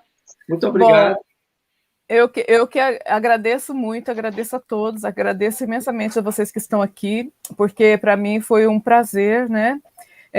Eu gostaria de ter tido mais tempo para a gente poder organizar, para a gente poder se conhecer melhor antes da gente começar esse processo, mas mesmo assim eu acho que as coisas acontecem no universo quando elas têm que acontecer. A gente está no meio de uma pandemia que nada funciona igual, estamos com o Mercúrio retrógrado, que todo mundo fala, que também a comunicação não funciona direito, então estamos com tudo assim. Eu sou imigrante, como eu disse, desde os meus 18 anos, que saí da minha casa, fui para outro estado, e que, para mim, sempre a minha casa, ela sempre esteve comigo nas minhas costas, né? O que foi mudando na minha trajetória foi o tamanho da minha mala, o tamanho da minha maletinha, que antes era uma bolsa pequena, aí depois foi crescendo, depois virou uma casa, aí depois virou... E quando eu fiz o santo, e quando eu recebi os meus santos, aí tá sempre comigo. Então, são coisas que a gente vai guardando. Então, para mim, é como se eu fosse uma tartaruga e guardasse tudo dentro do meu casco, né? Nesse ponto, eu sou assim, eu acho que eu sou mais terrestre, terráquea. Para mim foi muito bom estar celebrando esse dia de Iemanjá com vocês, porque a gente, quando faz qualquer coisa com o orixá, ele sempre te mostra alguma coisa, ele sempre te dá algo, né? E Iemanjá, para mim, ela me trouxe um momento de clareza, porque eu perdi a minha mãe em 2019, em final de julho, e claro, a gente passa aquele período que a gente, né, você tem o período de luto, tem o período que você não quer falar nada. Eu, por exemplo, eu passei o período que eu não queria falar nada, não queria escrever, não queria fazer nada. Pelo menos assim, externamente, né? E depois, a Iemanjá também foi o final desse ciclo, e de alguma maneira ela como vou dizer, que me trouxe novamente, né? Me resgatou outra vez. Então eu senti com essa energia da Iemanjá esse processo de resgate mesmo, sabe? Que ela me resgatou na minha totalidade, aquelas coisas que estavam ali guardadas e tudo, e porque a Iemanjá é mãe, né? Ela acolhe, e é também a dona do Ori, e o Ori é a cabeça, e é a cabeça que é o mais importante dentro da nossa religião, dentro da nossa tradição. E como a nossa querida irmã, né, Bárbara Mojubá, comentou que ela fez o seu convite, Axé é a coisa mais importante que tem. Então, nesse momento, eu saúdo o meu Ori, Axé, Ori, Irê, o Ori de todos vocês, para que esse momento que nós compartilhamos, que realmente seja transformador para nós de alguma maneira, porque para mim foi um processo de transformação, e eu agradeço muito, e muito mesmo. Axé, Axé, Mojubá, Axé, Ori. É isso, gente. Até outro momento. Obrigado. Bom rever. Beijos. Bom rever. Tchau, tchau. Tchau, Tchau. tchau, Jorge, querido. João, meu lindo, beijo.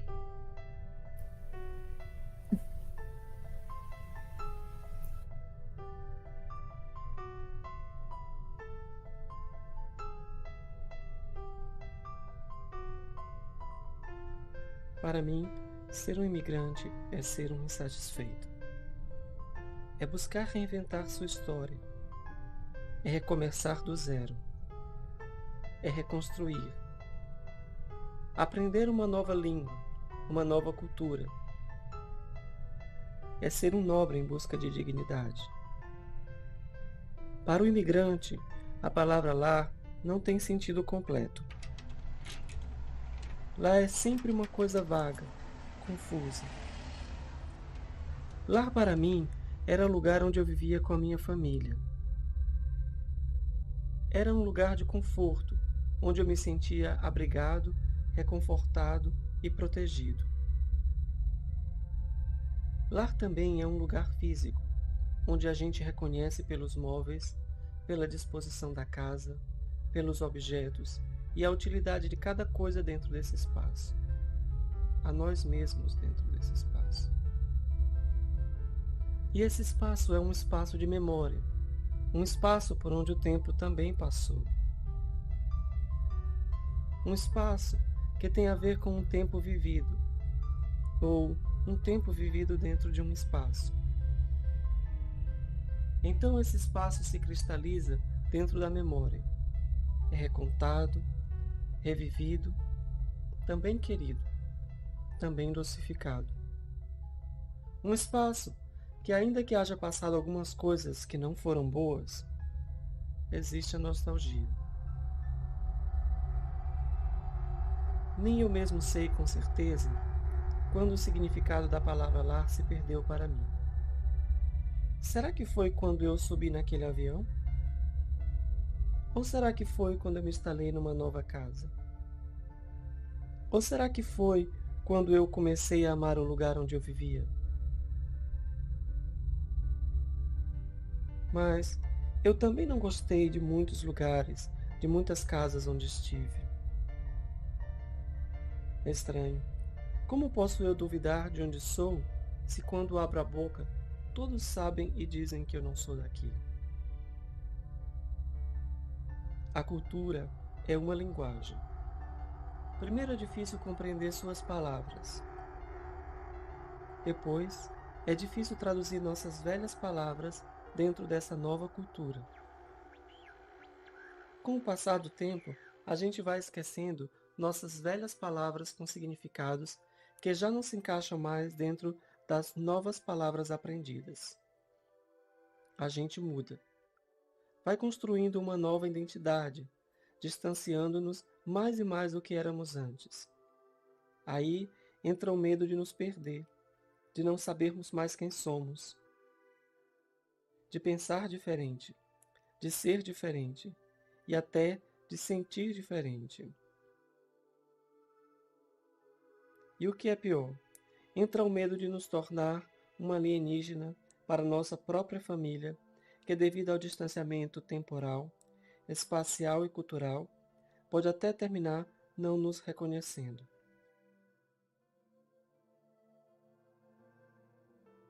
Ainda que o imigrante se considere de um lugar, ele sempre será visto como de fora.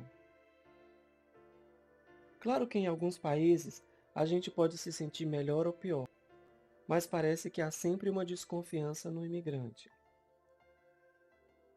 As pessoas não confiam no seu amor pela nova pátria. Eles pensam que deve ser como uma mãe adotada, que a gente nunca ama como se fosse a mãe natural. Isso não é assim. É a mãe postiça que desconfia do filho que a adota. É mais, às vezes o explora.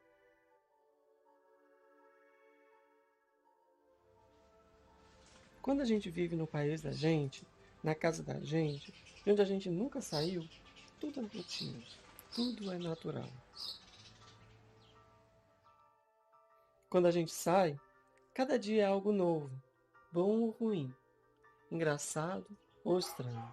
Mas a gente está sempre preocupado com a família, ainda que muitas vezes eles não estejam com a gente. Às vezes, é você que está passando por um problema e eles pensam que você está desfrutando do luxo da Europa.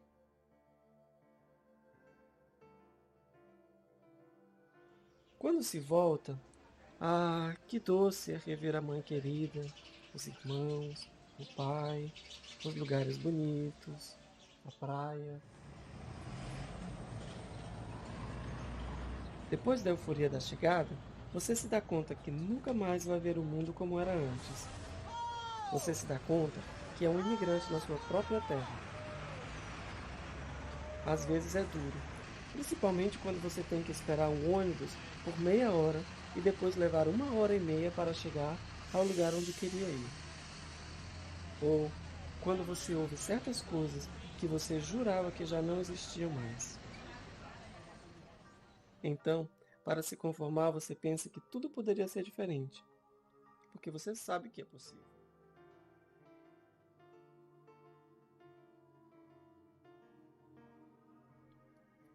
Como imigrantes, às vezes podemos passar por situações bastante difíceis, mas ninguém pode negar que essa não seja uma experiência que não nos faça crescer, rever nossos valores e, finalmente, produzir uma profunda e importante marca nas nossas vidas.